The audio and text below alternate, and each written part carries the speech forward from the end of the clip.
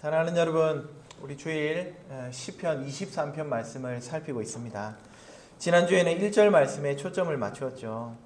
우리가 언제 부족함이 없는 상태로 들어가는지. 첫째는 나의 목자이신 여호와가 어떤 분이신지를 알 때 만족함을 누린다.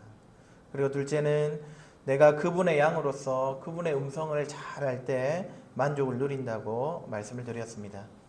우리가 처한 현실에 내가 원하는 모든 것이 온전히 갖춰질 때 만족이 있는 것이 아니라 여호와께서 참 좋은 분이라는 믿음 속에서 그 목자의 음성에 귀를 기울이며 반응할 때 우리는 참된 만족을 누릴 수가 있습니다.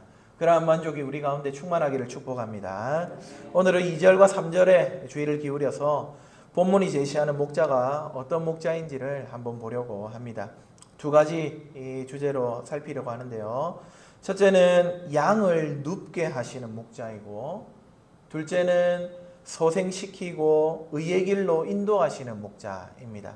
첫째로 양을 눕게 하시는 우리 목자를 살펴봅시다. 오늘 본문 2절은 목자 되신 여호와께서 나를 푸른 풀밭에 누이시고 쉴만한 물가로 인도하신다고 노래합니다. 여호와는요, 우리를 푸른 풀밭에 누이시는 분입니다.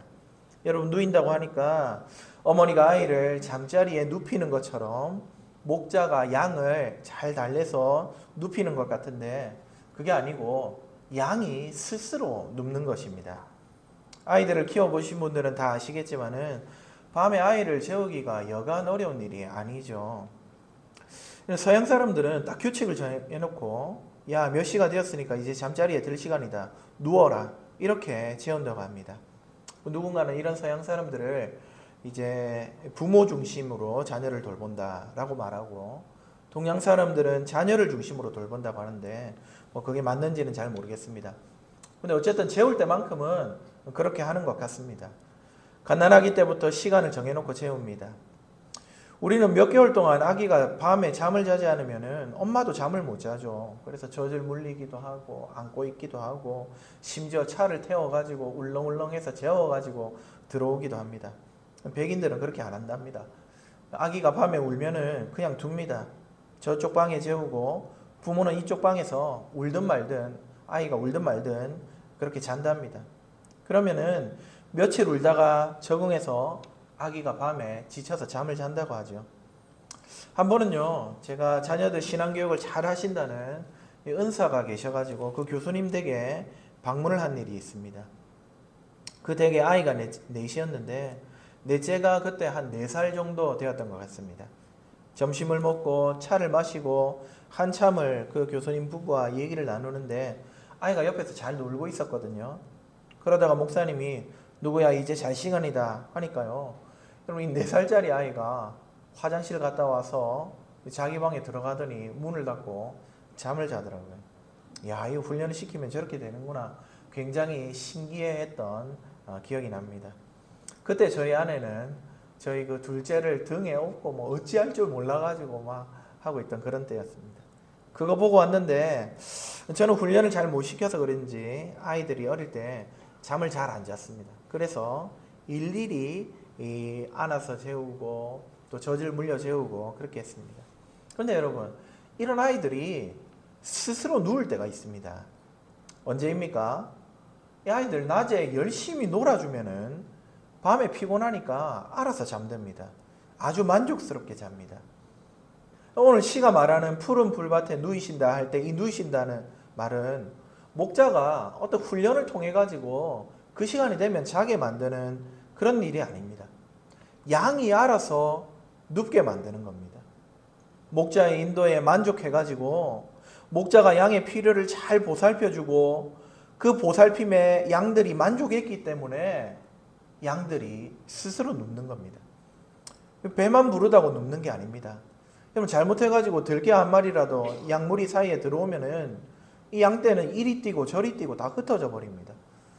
우리가 모기 한 마리만 이 방 안에 날아도 머리를 이리저리 흔들며 불쾌해하고 불안해합니다. 양을 눕게 하는 일은 쉬운 일이 아니라는 겁니다. 그러나 우리 하나님은 그 양들이 만족과 평안 가운데 스스로 눕도록 아주 잘 인도하시는 분이라 이 말씀입니다. 목자는요, 양을 푸른 풀밭으로 인도합니다. 지난주에 말씀드린 것처럼 이스라엘 지역은 푸른 풀이 자라는 계절이 얼마 안 됩니다. 3개월 정도 푸른 풀이 자라고 나머지는 영양가 없는 누런 풀만 무성합니다. 목자는 바로 그 시기에 가축이 좋아하는 푸른 풀이 있는 초장으로 양들을 데려가 먹입니다. 또 목자는 양들을 쉴 만한 물가로 인도합니다. 햇볕이 강한 팔레스타인에서 양들에게 물은 반드시 필요합니다. 그런데 여러분, 이 양들이요, 물가에 그냥 데려다 놓는다고 물을 마시는 게 아니라고 합니다. 양들은 특이하게도 흐르는 물을 마시지 않습니다. 미국 감리교회 어떤 목사님이 자기가 어릴 때 양을 길렀던 경험을 이야기한 적이 있습니다. 이분이 터키 출신인데 어릴 때 학교를 못 다니고 100마리가 넘는 양들을 자기가 도맡아 키웠다고 합니다. 양들에게 물을 먹이려고 시냇가로 가면은 양들이 그 물소리를 듣고 달려간다고 하네요. 그런데 정작 물은 안 마시고 시냇가 물가를 따라서 오르락 내리락 하기만 한다는 것이죠. 물이 흐르는 곳에서는 물을 잘 마시지 않습니다. 이 돌이 방패막이 되어가지고 물이 잔잔해지는 그런 곳을 찾아야지만 양떼가 물을 먹는다고 합니다. 그래서 노련한 목자는 흐르는 시내에서부터 수로를 내가지고 물가에 웅덩이를 만들어 그 물이 고이게 한 다음 양들을 먹인다는 것이죠. 이렇게 양은 세심한 돌봄이 필요한 동물입니다.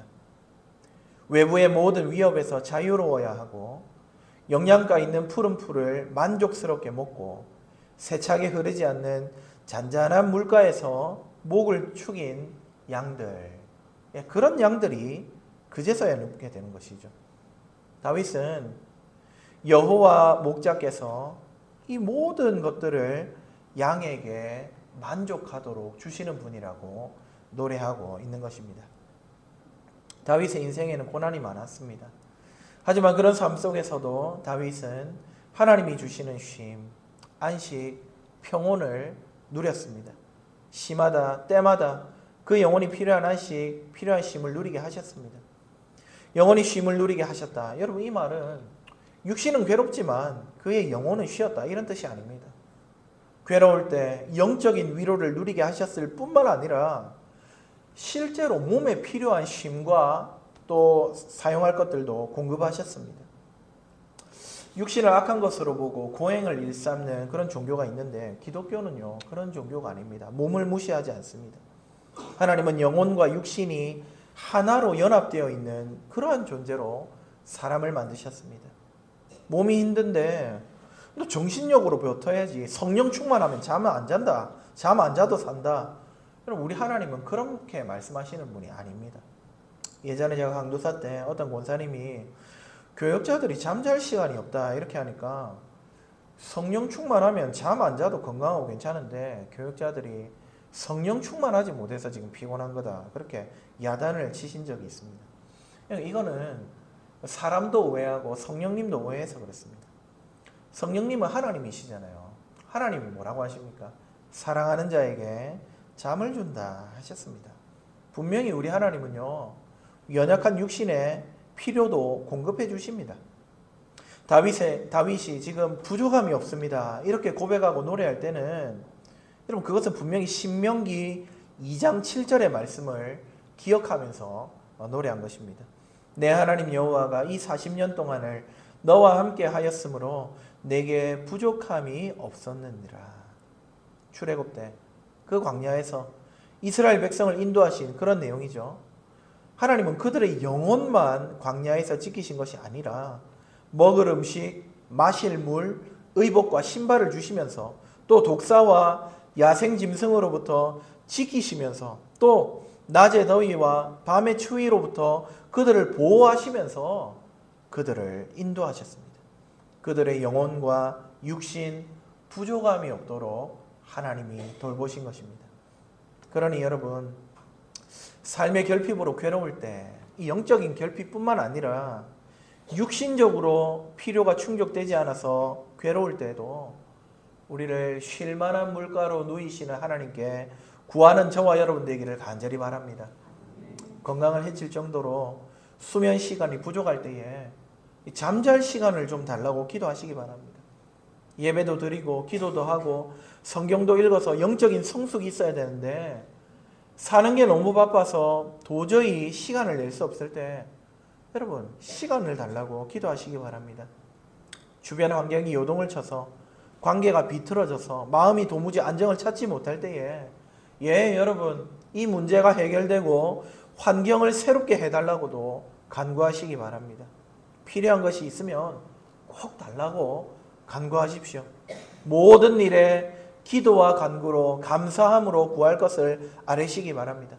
그러면은요 우리가 구하고 생각하는 것보다 능히 하시는 우리 주님께서 우리 목자 되신 하나님께서 채워주실 것입니다. 시간도 주시고 물질도 주시고 하실 것입니다. 근데 여러분 혹 우리 가운데 시간도 있고 물질도 있고 나름 성공했는데 혹 자족하는 마음이 없어서 만족을 못한다면 그렇다면 하나님께 구하십시오.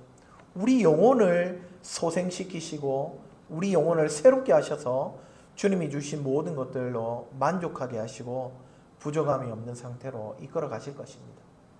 양이 만족하여 스스로 풀밭에 엎드리듯이 우리로 하여금 눕게 하시는 목자 하나님, 우리 모든 일에 영적인 일뿐만 아니라 신앙적인 일뿐만 아니라 우리의 육신적인 일에 우리의 사회적인 일에 모든 일에 우리를 눕게 하시는 좋은 목자 하나님께 피하는 저와 여러분 되시기를 간절히 소망합니다. 둘째로 우리 목자는요 우리 영혼을 소생시키고 의의 길로 인도하시는 분입니다.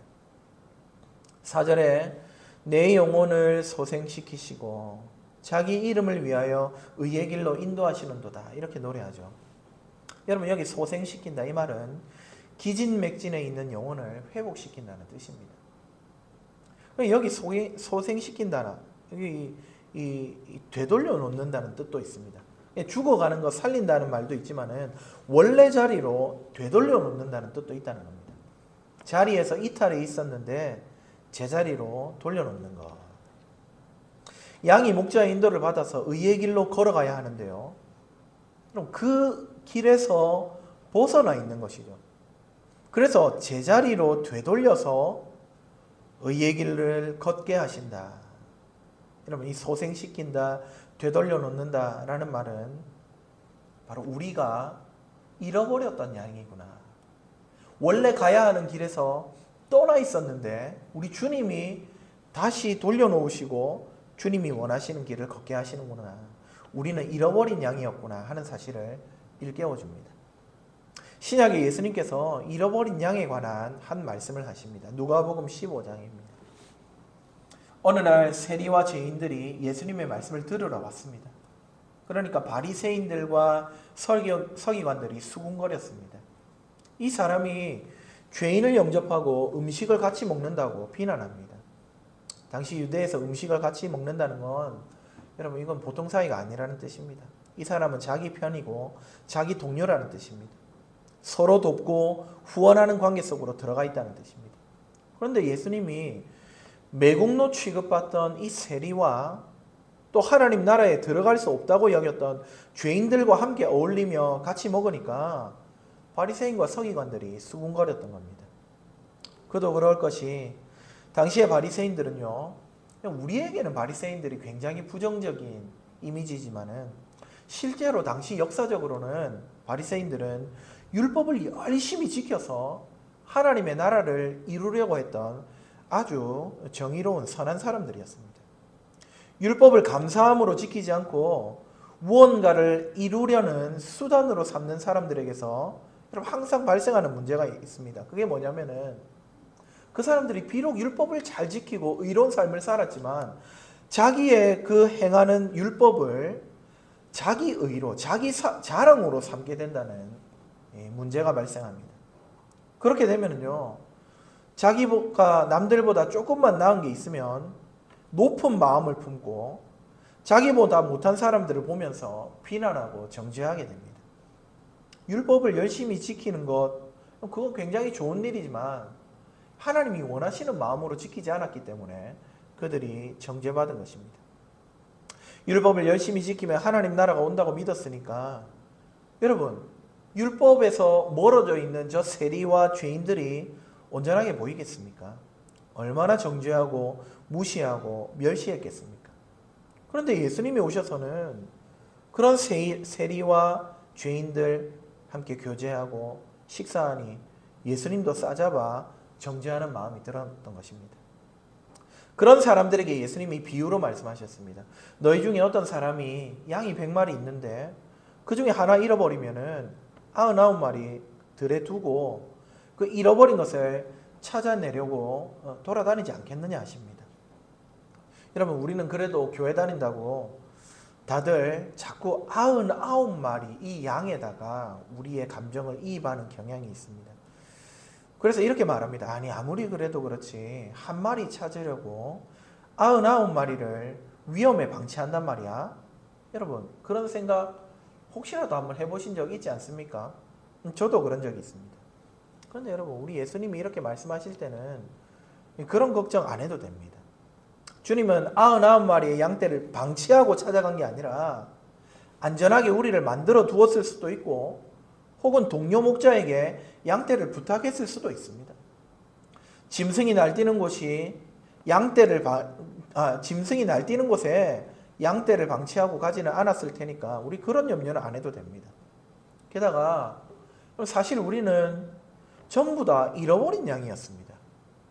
의의 길이 아니라 죄의 길, 죽음의 길을 걷던 사람들입니다. 그러니까 우리가 감정을 이입을 하려면은요, 잃어버린 한 마리 양에게 하는 게 맞습니다. 방점은 잃어버린 양이 얼마나 긴박한 상황에 있느냐 하는 것이죠. 무리에서 이탈한 양은요, 못된 짐승의 먹잇감이 되기 쉽습니다. 그래서 한시라도 빨리 찾아와야 합니다. 그러니까 목자는 양이 사라진 것을 알자마자 급하게 양을 찾아 나선 겁니다. 적당히 찾다가 돌아오지 않고 찾아낼 때까지 찾는다고 합니다. 그리고 찾아내면은 즐거워서 어깨에 메고 집으로 돌아온 것입니다. 여러분, 양을 몰고 오면 되지 왜 어깨에 메고 집으로 돌아옵니까? 양들은요, 일단 무리에서 이탈했다는 걸 스스로 인지하고 나면은요, 자기가 안전하다고 생각하는 곳에 숨는다고 합니다. 주로 바위 밑 이런 곳에 숨는데 그러고는 매 하면서 울어서 신호를 보냅니다. 그런데 여러분, 자기 딴에는 구해달라고 신호를 보내지만 그 울고 있는 양의 소리는 짐승의 표적이 되게 만드는 요소가 되기도 합니다. 그렇기 때문에 목자는 가능한 한 빨리 양을 찾아야 합니다. 목자가 양을 찾아내면은 양을 몰고 집으로 와야 하는데 이 지금 겁에 질린 양이 바들바들 떨면서 거의 넋이 나가 있기 때문에 양을 이렇게 걷게 해가지고는 돌아올 수가 없는 겁니다. 그래서 양을 어깨에 메고 돌아옵니다. 찾아서 돌아오면 이웃과 벗을 불러서 양 한 마리 찾은 것 때문에 함께 기뻐하는 겁니다. 실제로 그 당시에 목자가 양을 잃었다가 찾으면은요, 이웃과 벗을 불러서 같이 즐거워했는지 그런 기록이 있는지는 사실은 잘 모르겠습니다. 하지만 여러분, 다른 목자들은 몰라도 우리 목자 되신 주님은 그렇게 하신다고 말씀하십니다. 예수님은 비유를 마무리하시면서 이와 같이 죄인 한 사람이 회개하면 하늘에서는 회개할 것 없는 의인 99으로 말미암아 기뻐하는 것보다 더하리라 하십니다. 바리새인들은 하나님 나라를 앞당기려는 운동을 전개하면서도 죄인들을 배제하고 세리들은 빼놓았습니다. 그러나 진짜 하나님 나라는 죄인 하나가 그 어긋난 길에서 돌아와서 회개하고 의의 길을 걸어가는 것, 이것을 기다리고 기뻐하고 즐거워하는 그런 나라인 것입니다. 여러분, 우리는 다 잃어버린 양이었습니다. 우리는 모두 죄의 길, 사망의 길을 걷던 자들이었습니다. 목자를 떠나 제 갈 길로 갔던 양들입니다. 어두운 데서 울다가 짐승에게 찢겨 죽을 운명의 그런 길 잃은 양이었습니다. 하나님을 떠나 죄 가운데 살다가 영원한 사망의 아가리로 떨어져야 하는 사람들이었습니다. 그런데 우리 선한 목자가 오셔서 우리를 찾아서 소생시키십니다. 제자리로 돌려놓으십니다. 우리 영혼을 구원하십니다. 우리 영혼을 제자리로 돌리고 소생시키고 구원하시기 위해서 이 선한 목자는 자기 목숨을 버리셨습니다. 나는 선한 목자라. 선한 목자는 양들을 위하여 목숨을 버리거니와. 이렇게 말씀하신 것처럼 짐승에게 찢겨야 하는 양 대신에 선한 목자께서 십자가에서 몸을 찢기고 피 흘려 주셨습니다. 여러분, 우리 스스로 의의 길에 이 목자의 양떼 안에 들어서 있는 게 아닙니다. 다 목자의 헌신, 목자의 희생 덕분입니다. 벌벌 떨며 두려움에 질려서 옴짝달싹 못하는 그 양을 어깨에 척 걸치고는 의의 길, 생명의 길로 소생시켜 놓으셨습니다. 다 목자의 희생과 목자의 공로인데 아무것도 안 하고 그저 목자의 어깨에 올려져 돌아온 양 때문에 목자는 기뻐합니다. 그저 베푸시는 은혜를 받아 회개하는 죄인 때문에 목자는 기뻐서 벗을 불러 잔치를 냅니다. 그 나라에 속한 모든 존재들이 함께 기뻐하자고 하십니다. 사랑하는 여러분, 푸른 풀밭, 쉴 만한 물가, 그곳이 어디겠습니까? 그것은 목자의 사랑을 받는 자리. 목자가 그 어깨에 들쳐매고 내려놓은 자리. 하나님의 인도와 보호가 있어 눕는 그 자리인 줄 믿으시기 바랍니다. 하나님께서 우리를 부르셔서 앉혀놓은 자리, 바로 이 예배 자리가 푸른 풀밭, 쉴 만한 물가임을 믿으시기 바랍니다. 여러분, 여기가 원래 우리 자리가 아닙니다. 죄인이 처한 비참한 운명을 다시 생각해 보십시오. 목자가 어디서부터 우리를 데려다가 여기로 데려오셨습니까? 먹을 것 없는 광야, 그 바위 틈, 물 없는 골짜기, 사자와 늑대의 위험이 있는 곳, 거기서 우리를 데려오셨습니다. 지금 우리가 있는 이 자리가 당연한 것이 아닙니다. 우리가 예배하고 기도하고 하나님의 은혜를 구하는, 그리고 누리는 이 현실이 당연한 게 아닙니다. 죄와 비참 가운데 살다가 멸망해야 할 자들이 우리지 않았습니까? 심판과 저주가 마땅한 자들 아니었습니까? 바로 거기서부터 우리 영혼을 소생시켜서 건져내어서 제자리로 돌려서 여기로 의의 길로 데려오신 겁니다. 오늘 주일인데요. 물론 여기 계신 분들은 대부분 오랜 시간 신앙생활 하신 습관 덕분에 교회에 나오는 것이 익숙하시겠지만은 사실 여러분, 오늘 같은 날 좀 쉬면서 TV도 보고 사람도 만나고 하면 뭐 얼마나 좋습니까? 그런데 우리가 여기에 나와 있는 거는요, 내가 TV를 포기하고 내가 만날 친구를 좀 포기하고 그렇게 나와서 예배할 수 있는 그런 것이 아니라, 내 시간 포기하고 내가 희생하고 여기 앉아 있는 것이 아니라 바로 그리스도께서 희생하셔서 우리를 여기다 데려다 놓으신 줄 믿으시기 바랍니다. 내가 안락 의자 포기하고 딱딱한 예배당 의자에 앉아 있는 게 아니고, 선한 목자께서 길을 잃고 바위 틈에서 떨고 있던 우리를 은혜가 있는 이 자리로 옮겨두신 것입니다. 여러분, 신앙생활 할 때는요, 항상 원래 내 자리가 어디였는지를 잘 아는 게 정말 중요합니다. 하이델베르크 요리문답에서는 우리가 하나님이 주시는 위로를 얻으려면요, 죄와 비참을 꼭 알아야 된다고 합니다. 이것을 영원토록 잊어버리지 않고 계속 그것을 아는 지식에서 자라가야 한다. 내가 원래 어디에 있었는가? 내가 죄와 사망에 있었다는 사실을 잊어버리면요, 그때부터 신앙생활은 힘들고 매너리즘에 빠집니다.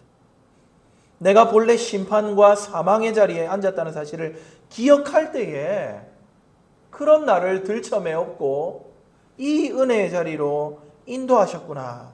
지금 받는 은혜가 더욱 귀하게 여겨지게 되는 겁니다. 예배하고 찬양하고 기도하는 게 복인 줄 믿으시기 바랍니다. 이거 없으면은 신앙생활이 여러분, 하나님이 나에게 잔뜩 집만 지어준 것처럼 느껴집니다. 그래서 힘들고 괴롭게 됩니다. 이스라엘 백성들이 다 그랬습니다. 광야에서. 원래 자기들이 어떤 형편에 있었는지를 까먹으니까 그 목자가 자기를 소생시키고 인도해냈음에도 불구하고 지금 그 영혼을 소생시키고 의의 길로 가게 하심에도 불구하고 불평하고 불만했습니다. 여러분, 출애굽기 16장 31절에 보시면은 만나의 맛을 소개하는데요. 맛은 꿀 섞은 과자 맛 같았더라. 하나님이 주신 만나는요, 꿀맛이었습니다. 그런데 민수기 21장 5절에 보시면 우리 마음이 이 하찮은 음식을 싫어하노라. 원래 자기들이 어디에 있었는지 잊어버리니까 그 받는 은혜로 받은 음식, 꿀처럼 단 그 음식을 하찮다고 부릅니다. 원래 그들이 어디에 있었습니까? 그들은 노예였습니다.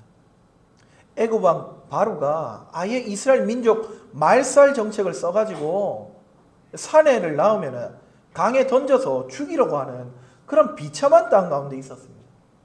근데 자기가 그런 비참했던 시절을 잊어버리고 오히려 그때가 좋았다. 그때가 좋았다. 하나님의 은혜가 그 시절에 비하면 하찮다고 말합니다. 하나님께서 자신들을 어떠한 상태에서 어떤 비참에서 건져주셨는지를 잊어버리니까 지금 누리고 있는 은혜들이 하찮게 느껴지는 겁니다. 성도 여러분, 우리가 잃어버린 양이라는 사실을 기억하시기 바랍니다. 예수님이 찾아서 구원하신 자들임을 믿으시기 바랍니다. 저 비참한 상태에서 우리를 들쳐업고 제자리로 돌리셨다는 사실을 잊지 마시기 바랍니다. 지금 있는 이 자리가 나의 희생과 헌신으로 도착한 자리가 아니라 우리 목자 되신 예수님께서 목숨을 버려 옮겨주신 자리임을 잊지 마십시다. 바로 이 자리가 주님이 주시는 은혜와 만족이 있는 자리입니다. 죄와 비참의 자리와 거기서 우리를 소생케 하신 목자의 사랑을 기억할 때 신앙생활은 꿀맛 같을 것입니다. 그것을 잊어버리면은 예배하고 봉사하는 자리, 은혜로 옮겨주신 이 자리가 여러분 하찮은 자리, 경멸할 만한 자리로 변해버릴 것입니다. 오늘 성령께서 우리에게 나를 죄와 비참의 자리에서 푸른 풀밭, 맑은 물가, 목자의 인도와 보호를 받는 자리로 옮겨주셨다는 그 사실을 기억하고 하나님께 영광을 올려드리는 저와 여러분 되시기를 간절히 축복합니다. 그래서 우리 신앙생활이 꿀맛같이 회복되는 그런 복이 있기를 주님의 이름으로 축복합니다.